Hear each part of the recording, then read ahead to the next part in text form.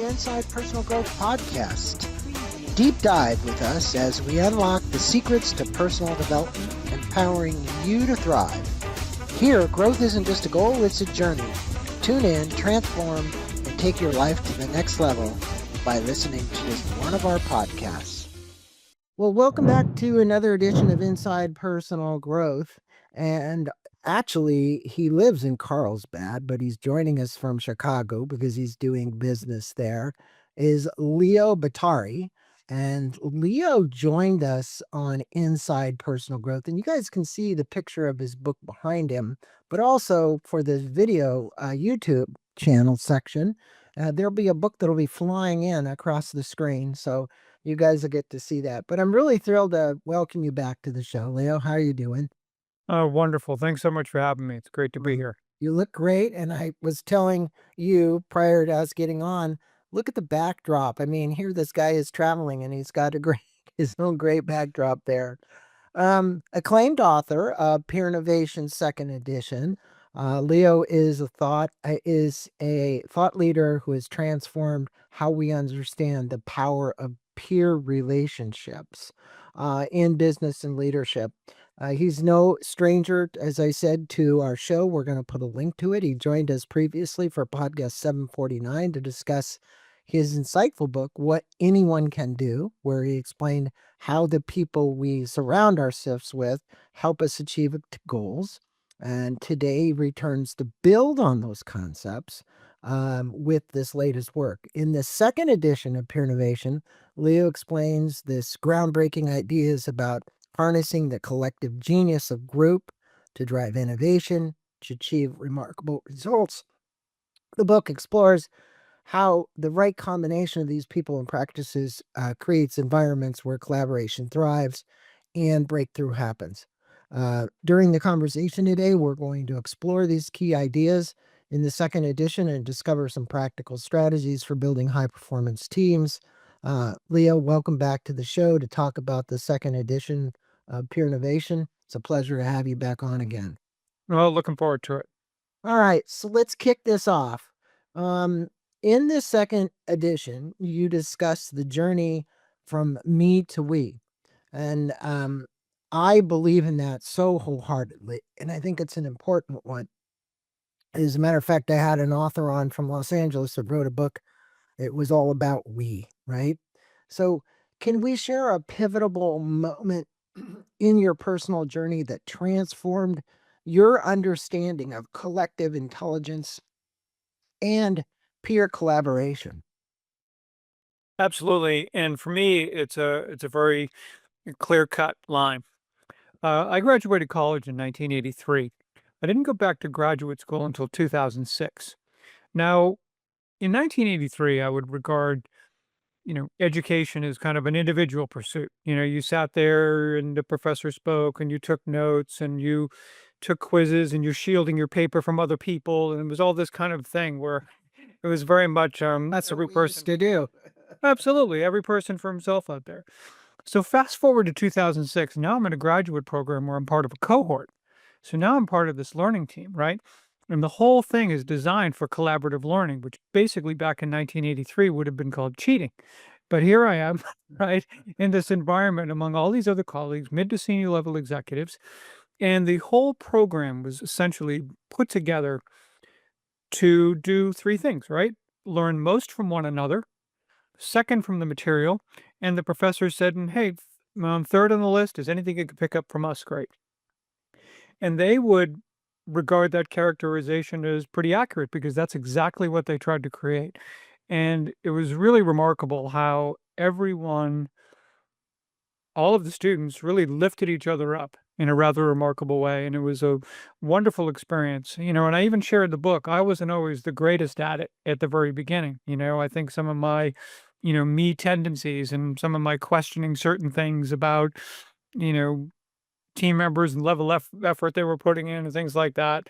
But I was fortunate too to have team members who were patient with me, who I, you know, just did my best to kind of adjust to the type of collaborative environment where I felt like as I went through it, and certainly by the end of it, that I was someone who was hopefully playing that role of making everyone around me better, which is really kind of what it's really all about. It's not just about what I could get from the collective, but how can I lift other people up?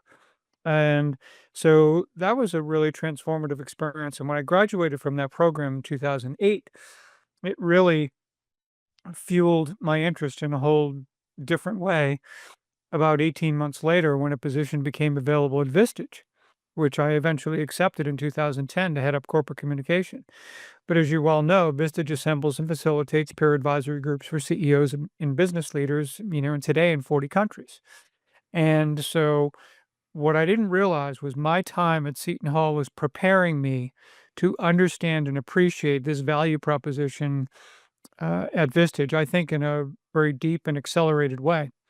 And then once I got involved there, and I was there for 6.5 years, I not only played a role in helping them kind of get back on the national media stage in the wake of the 2008 financial crisis, but I think also really, took to heart this idea that we have a value proposition here that people are not aware of.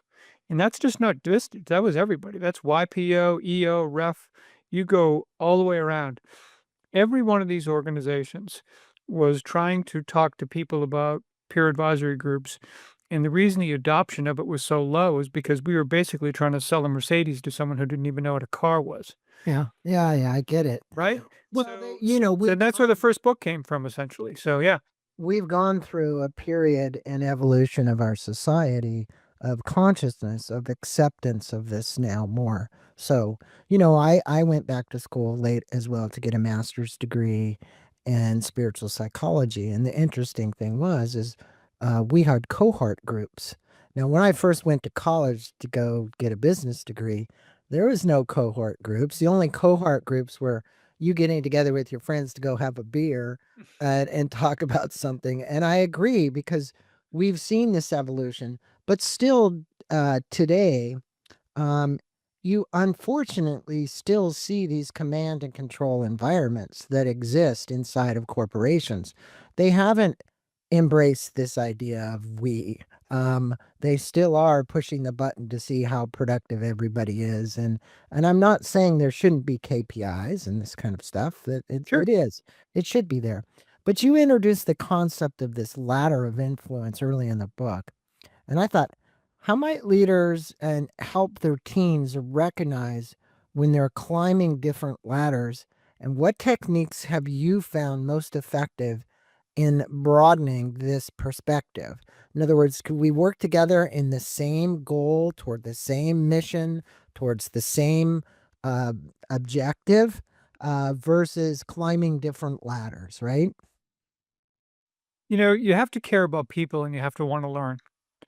And I think what's forcing CEOs that in this kind of command and control environment today, what's forcing their hand is the fact that they're like, hold on now, why do all my employees, my millennials and Gen Zs, who, by the way, are 64% of the workforce today, and they're going to be 75% really soon. It's going to be by 2030. Good We'll be point. there. But why do they want all this feedback and dialogue and all this stuff? And right. And it's like, if you really think about it, it's because in many respects, it's how they were parented. So think about the fact that you and I growing up, right?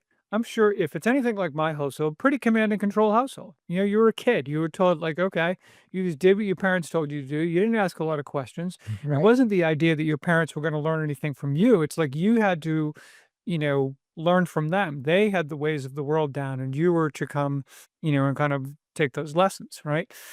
Well, fast forward that, and you have a very different relationship. You have parents who I think understand how much they can learn from their kids, number one, because they grew up in completely different circumstances. I grew up in the Vietnam War. My kids grew up in 9/11. So all of a sudden now, wars are not just fought overseas, they're brought to our shores. We have technology that's different. We have so many things that impact the way that they see the world. And if I'm ever going to stay current, with what's happening in the world, it's through them and through their eyes and their experiences. And also, that dialogue became far richer. And I think because of it, also, young people who were taking their first job could make a much more, I believe, immediate impact on their workplaces than what was typical, where you're going, in our day and you're being trained, learning the ropes and all that, which obviously takes place to some extent today. But I think you find that people can make an immediate contribution and they want to add value, they want to make a difference, they want to do something purposeful. And that creates for a very different work environment that makes command and control, I think, even that much more challenging for those who may be inclined to stick to that. So I think for people who are curious, number one, who want to learn and realize that, great things are accomplished by collectives. They're not accomplished by individuals. Mhm. And once you realize that, you know what, I need people to to actually do what we need to, I need other people to help me grow this company. And over time, as a practical matter, I think it's become important for people to embrace the idea that there has to be a different way of going about it. And it's why I think in many respects, you take Peter Senge, wrote The Fifth Discipline, as you well know, in 1990, 2006. There's a subsequent edition. Today, he offers what he says is his favorite definition of leadership, which is the capacity of a human community to shape its future. Mm. It's not about the leader as hero. It's the recognition that collectives accomplish things, and also the idea that it's the leader's job to create the conditions in the world to help that collective believe that they can accomplish great things. They have to believe it. They have to embrace it and understand that. And once they do, there's kind of no stopping it, right? So, and if you think about it, all that is Robert K. Greenleaf's definition of servant leadership back in 1970. Upside down pyramid, yeah. Right, Uh, brought back to us 55 years later, not as a definition of servant leadership, but as a definition of leadership itself, which I think shows how far along, we've come. And Senge is not the only one that defines it that way. And I think it's something for us to really understand when we think about all those dynamics taking place today. Not to mention the pace of change is going to be, off the charts. So we Well, need I mean, everybody better be willing to do that. I think the CEOs have realized that Gen Zers can be extremely productive in an environment where there is a purpose and there's a mission, and they feel aligned with that because they're not otherwise. And if you are, I'm sure you're correct, 75% of the workforce, then certainly the evolution of the CEO's consciousness needs to embrace this. They need to embrace peer innovation, and you talked about these 5-factor model, which is really kind of core to this second edition, but it's right people, psychological safety, productivity, accountability, and leadership. And they kind of form this foundation for peer innovation.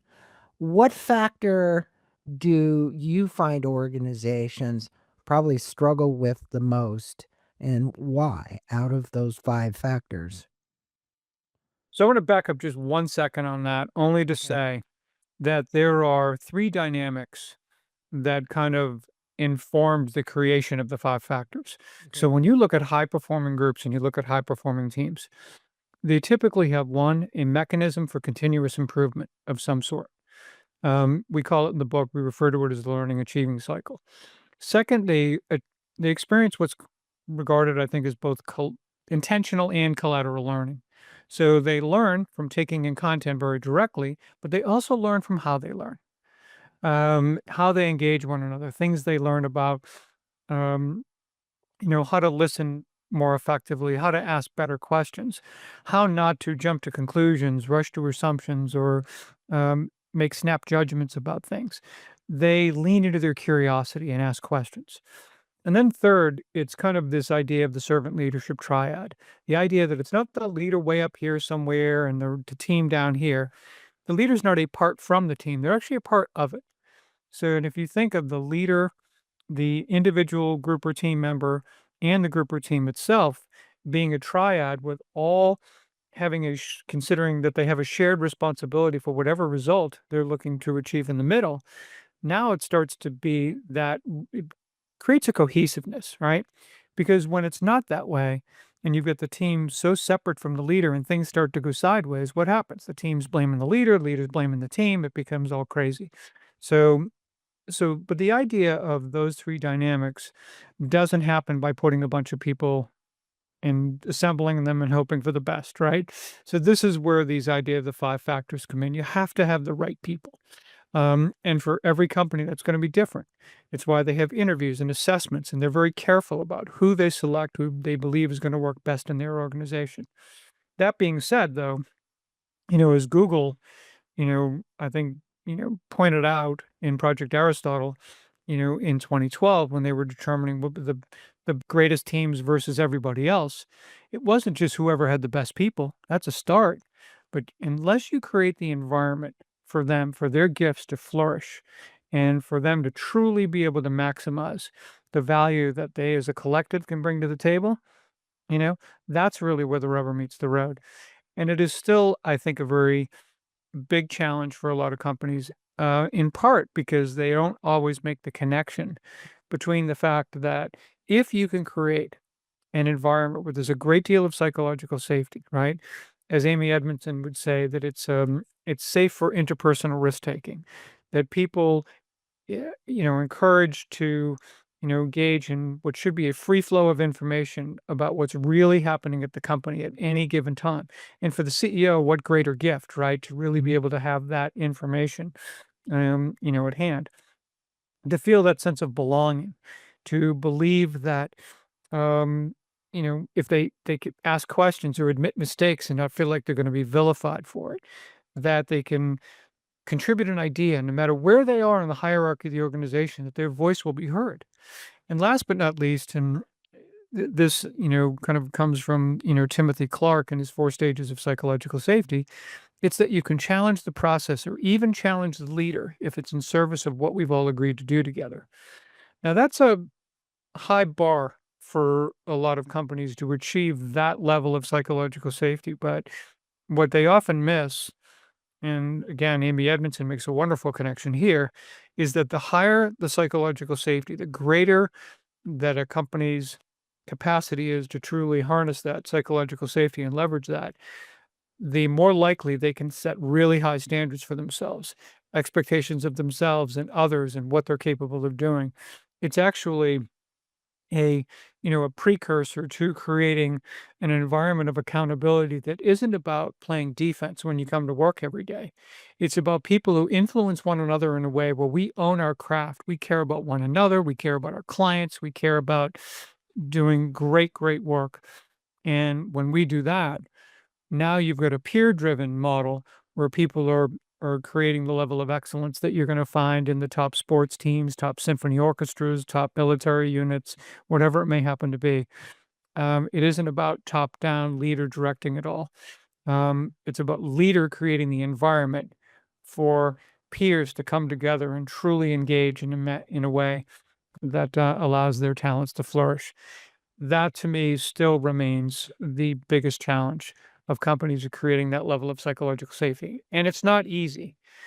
And So between the first edition and the second edition, have you gained any insights about psychological safety that you'd want the listeners to understand? Because I know there's 2 editions of this book now, right? So the question now is, you've been out there in the trenches, and I'm going to use the term connecting the dots, coaching people, bringing people together, you and your team of 9.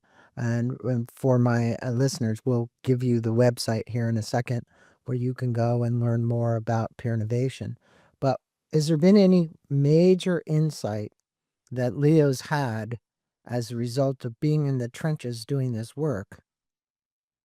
what I think I've seen is what Timothy Clark and Amy Edmondson put together on the academic side and watched it play out in action, watched it play out in groups, watched it play out in teams. It's one thing to have it set up as theory.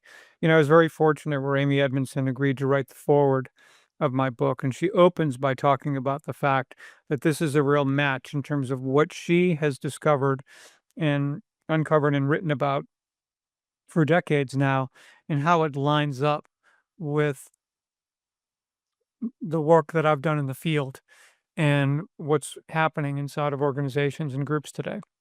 So I She think it kind of just reinforces that idea and obviously creates that connection to the fact that psychological safety helps teams drive their own standard of excellence in a way that's rather remarkable that, And I've participated in it. I've certainly I had one particular company I worked for that did what I think was superhuman things in many respects, and it's not because you had the leader be doing the command and control Right. pounding on everyone.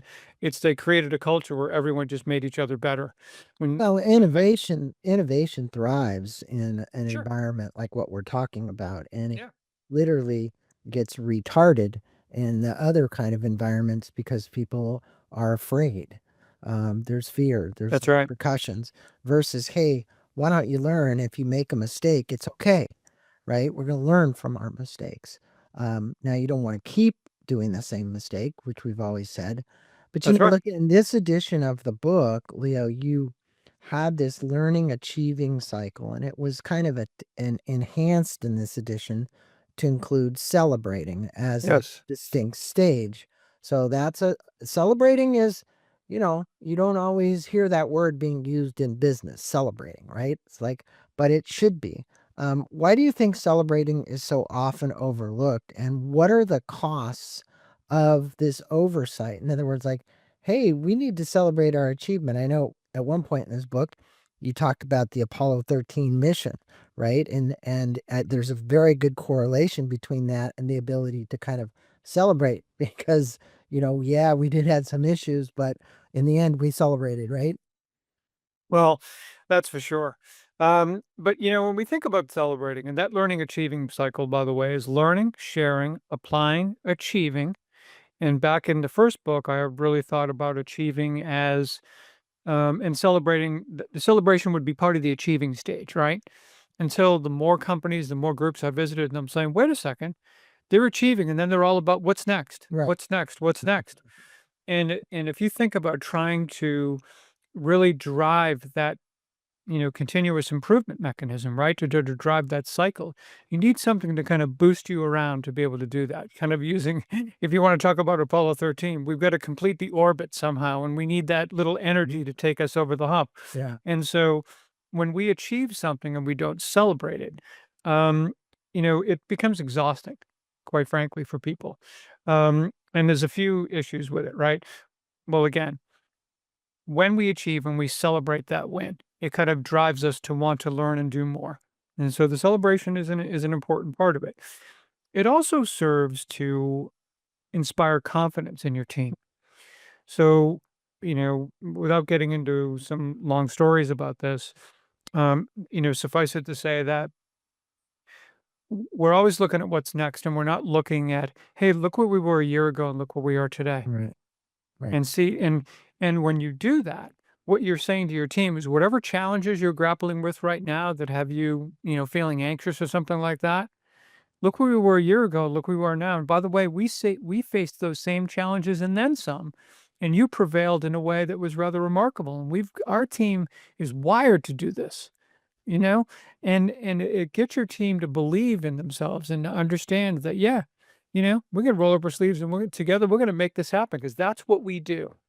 Well, it becomes So part of those reminders. yeah, it becomes part of the DNA, right? Yep. The longer you're doing a certain fundamental element, which in this case would be called peer innovation, and that brings me to this next question: is I'd like you to elaborate for the listeners, if you would please, on the unique benefits of creating forums within the company as opposed to having these executive joint external like peer group situations. And when might each of these people kind of approach uh and this be the most valuable thing for them to do, right?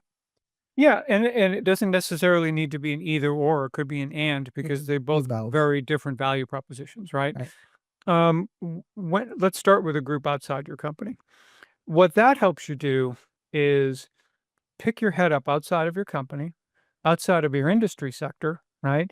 And be with a group of people who share. You could be CEOs, you could be key executives in your company, whatever. You share some common position, challenges where you can kind of empathize with one another and kind of learn from It's one a another. it's a Vistage group, right? It's yeah. I mean, it's a Vistage group, Yeah. and there's a whole cadre of organizations out there putting these things together, and they're very powerful. And you learn from one another in that environment in ways where you not only can talk about the shared challenges you're having, but I think very importantly, you you'll become acquainted with a process that somebody in another industry does, and you think to yourself, "Wow, that's unheard of in our industry, but you know what? That could work for us and maybe even be a competitive differentiator." These are things you're never going to find out unless you kind of, again, pick your head up and kind of become exposed to those things going out there. I like your example, Leo, because we learn because we shift our perspective. It's like having a picture of yourself against the wall and you being nose up to that picture. You can't see something until you step back and get a different perspective to actually see what's going on, to see the various colors in the picture and so on. So sometimes we lose focus. And I think these groups help us actually refocus. Both of the groups we're talking about help I us do. refocus, but the ones outside, like Vistage, actually usually are aha moments where people wake up to potentially something different. Would you agree with that? They are, and the groups are extraordinary. There's no question about that. And I think it's for most people that I talk to about it, particularly CEOs, their number one comment to me is, "I wish I had done this sooner." Hmm. I mean, it kind of says it all, when you think about that. Now, for the inside groups, they can be really powerful to have groups working alongside your teams. And people were like, well, why is that necessary? Why does it make any sense? If you think about a group and a team, a group is assembled largely for the benefit of the individual members. A team is put together either to create a shared work product or to win an NBA championship or do something that only a team can do, together. So teams aren't always wired to be able to help people become better individual contributors. That's number one. Um, so when you put a group together, particularly, and I love it inside companies where you create a cross-functional work team is a good example. So I bring in, let's say, director level. We've got marketing and finance and sales and all of that. We've got these people in a room. Most of the time, if I say to the marketing person, "Hey, do you know what the finance person does all day?" Mhm. They go, "I have no idea. All right. No clue." He says no to me all the time is kind of the frequent response, and everyone laughs and all that. But now you start, okay, well, let's go with that a minute. Well, he says no to you. You don't know why. What starts to happen after he says no a few times? Well, that person is just uncooperative. They're not helpful. They're a jerk. They're this. And all of these things start happening because you don't know their job, let alone know them. And yet you will fill in gaps of a narrative like that with your own stuff, as we often do. And and yet if when you put people together and you actually kind of understand what their what what their job is all about. What are the things constraining them? What are the things how do I as a marketing person, how can I go and speak the language of the finance person so that we can actually have a dialogue about what I'm looking to do? Because I shouldn't see that person as some gatekeeper who's trying to just not spend any money. What I should see it is we are partners together in making sure we're making good investments on behalf of the company. Mm. And I need to be able to make the case that this is that, or if not, that's okay. And we move on to the next thing. But then you can start building relationships and you can start recognizing that this cross-functional work team that operates in silos, there's a big reason for it, right? They don't know what each other does. They stay in their own lane. They do their own thing. And the idea of them collaborating is almost off the table.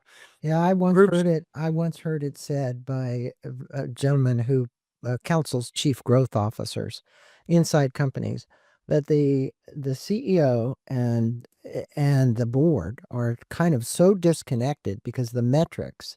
So here you have somebody who's in charge of growing the company, right? Yet at the same time, they gave him a goal and said, "Go forth." And this guy would say, it was always amazed me at how little they would really want to understand what the hell it was I was doing because they were looking at other numbers and whether they were manufacturing or whatever. And it seemed like just such a big disconnect, right? It's like you've got somebody here you're paying, high six-figure income to help you grow this company, right?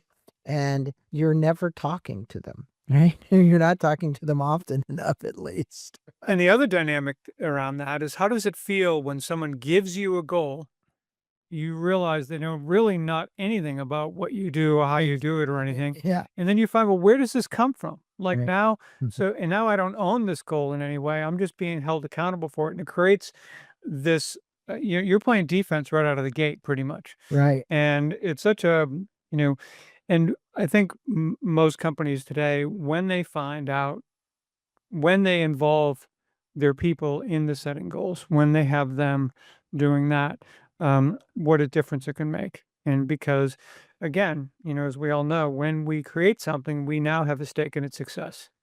When Well, it's someone a else created it, it's their idea that either failed or didn't make it. Well, I think it's important when somebody your senior takes interest in you and you're included in the actual goal setting process 100%. versus somebody just saying, "Well, I'm going to give you this goal and you go do it and whatever," because that just is like it's lonely. Um, Now, I do have a couple of questions for you before we kind of wrap this interview up, but one of them that I think is affecting positively and potentially for some people they might look at negatively is, you know, we all are using AI, right? It's like transforming the dynamics of our workspace. Um, and so, how do you see AI transforming the dynamics of peer forums and organizational team collaboration in the coming years? Because I know I just even myself with my consulting company use AI 4, 5, 6, 7 times a day, Sure. right? To do tasks that are allowing me to do them in like 1/10 of the time that I would normally do them. So now people have more time on their hands, or is the organization saying, "Oh, no, you've got this AI now. Now we're gonna actually just put more on your plate." Well, what I like about it is that it gets leaders focusing on things that they probably didn't feel like at the time or interest to focus on before. Um, it's this idea you started off by talking about command and control and power cultures and things like that, where everyone looked at their organizations as a vertical construct. We had our CEO and the executive team and the SVPs, VPs, directors, managers, and all that. Yet it's really what runs horizontally through our companies that gives that vertical structure its strength. And what AI can allow us to do is understand a lot of those interrelationships. Um, I found it interesting, from what I understand at Davos this year at the World Economic Forum, using AI, they were able to make recommendations to the attendees about who to connect with over the course of the conference because of various interests and things Right. like that that you It's very never cool. would have come up with on your own, right? Yeah. Um, there's brainstorming, there's collaboration, there's being able to use an understanding of the horizontal dynamics in your company to drive engagement. So I think there's a lot of really positive things, that are going to be, part of that. And I think the same holds true when you look at groups and you can use AI, for example, to put in a whole lot of data about what's going on, at a lot of these companies and figure out, hey, from a content perspective, what would be the best use of our time in terms of the subject areas we want to cover together that give the most value to the most people.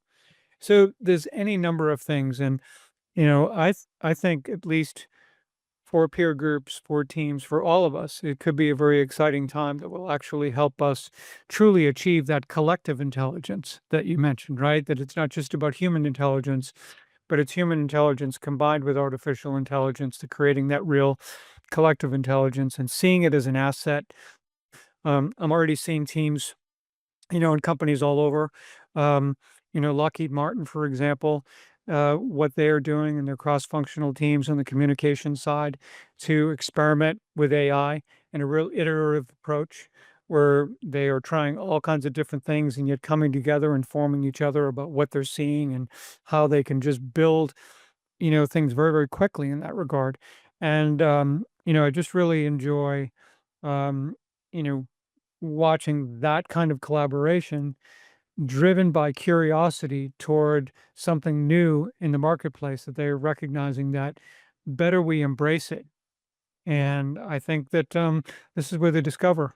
And Well, that's really I pretty think fun stuff. most business people are embracing it, and I love what Tego Fuerte says is that it's the second brain, And to a large degree, I think that's the way you should look at it for now. It's like, hey, I have someone else that's thinking for me and I need to get help.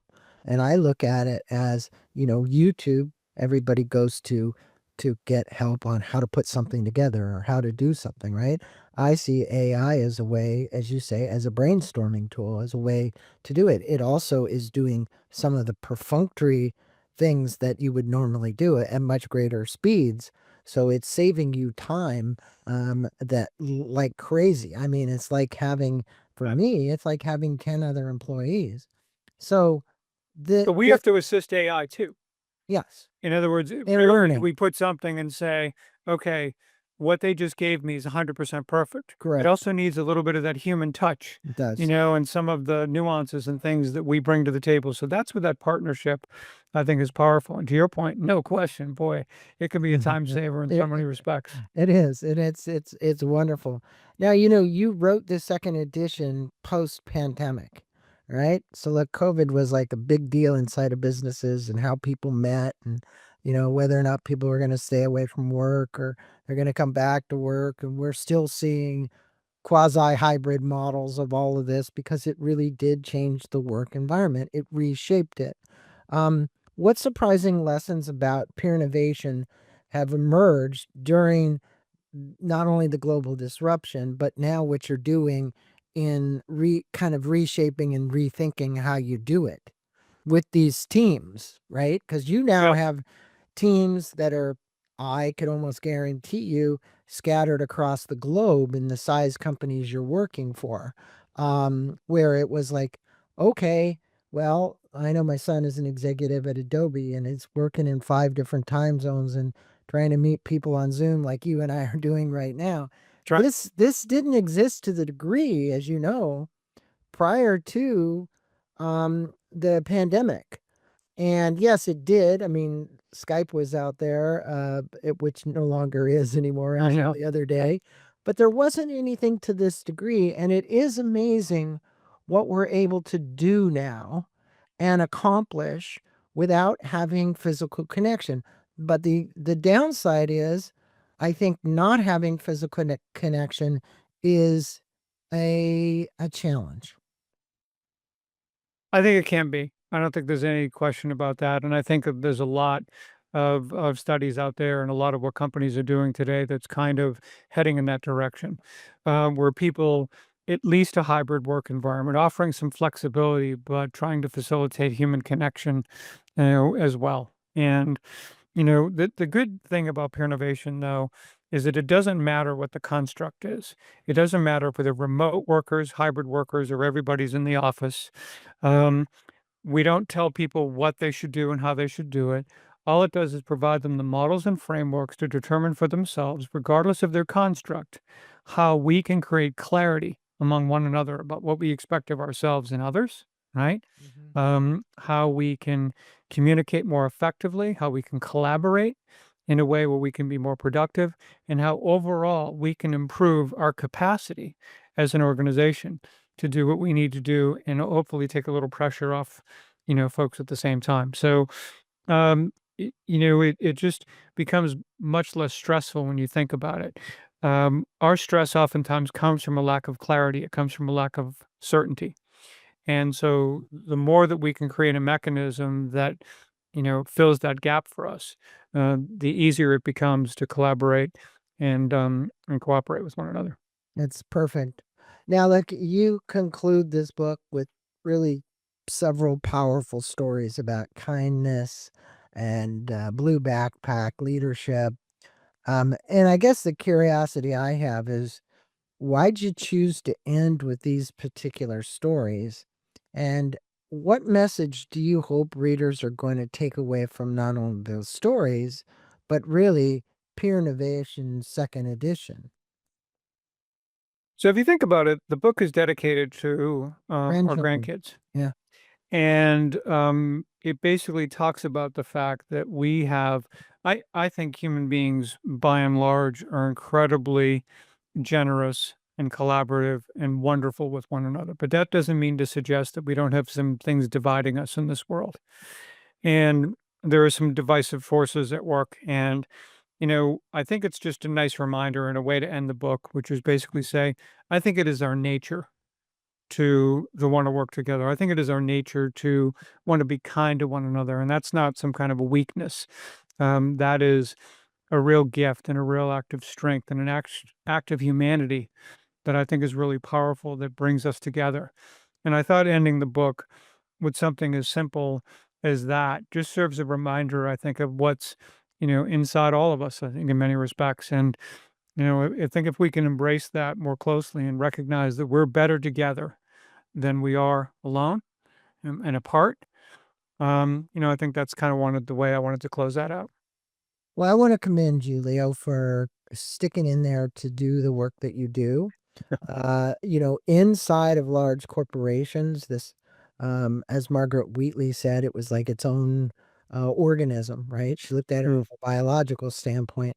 And I always loved her and Peter that you made reference to because I went to lots of conferences where they spoke. I also went to lots of conferences on with Richard Barrett, and it was the soul of business, right? And I think what you work for is you work for businesses actually recognizing their soul, each and every person inside the company with ability to express themselves and be heard. And this isn't woo woo anymore. I know, you go back when you and I were around in first, it would have been like, oh my God, what are these guys? What are these two guys talking about? Please. Well, we got to do is work and we got to make profit at the bottom line. Yes, we still need to do that, and you We do. recognize that. But you also recognize that a shift in the consciousness and the evolution of the organization's culture is the way to actually get higher performing numbers. And it's been proven over and over and over again that if you embrace, and I'm saying to my listeners right now, what Leo is speaking about in Peernovation, and I'm going to direct you to go to his website because you're going to go to Peernovation, and that's Peernovation.biz, and you don't even have to put the slash home there. You'll get there by just going there. Please do reach out to Leo, contact him there. You're going to find out about the team. You'll find out about the books he's written. There's a media section as well. There's contacts on there. You can also go up to YouTube and see other interviews that Leo's done, but we want to encourage you to watch this one as well. It's really been a pleasure having you on the podcast again because I think that this time it's like you've gotten up to bat and you're really swinging the bat to make a home run. And I want to thank you for that and to the team. Any last comments? No, I appreciate that very much. The only thing I will put in a little plug for is we have a certification program now for people who want to be actually certified in peer innovation. So that could work for people who lead groups who want to imply it to their groups, maybe want to extend and expand their executive coaching practice by working with teams as opposed to just individuals. And also for HR professionals out there, especially if you're at a larger company and certification is actually a pretty cost-effective way for you now to take that material and bring it forth to benefit so many people, in your organization, by just basically going through and having one person do that. So, Well, I'll put a we're, plug in. I know that SHRM is holding their event in San Diego here through July 2nd. I think it's the 29th through the 2nd. I know that there's some really interesting speakers they've embraced this year around the soul, the heart of business, somatic breathing, all kinds of things that you see right. that they would have never in their life probably touched 5 years ago, but you are seeing a major shift in it. Will you be at the SHRM conference in San Diego speaking? I'm not speaking at that conference, but It's I June appreciate. 29th through July 2nd at the San Diego Convention Center. So, anyway, I know some friends that'll be speaking there. I'm going to be there, and I just want to let people know, look, peer innovation should be at that conference. So that's why I was bringing it up to you. Well, thank you. And if, and I actually, it's funny because I'm speaking. I'm doing a keynote at an event in Calgary just a few days later, but during that time, I actually am around. So who knows? If anything else See if opens I up, I can would let love to me see join. if It's I can local. help you get hooked up there. All Yeah. right, Leo. Well, have a good rest of your day in Chicago. I appreciate you, buddy. Thank you so much. You have a great day. Okay.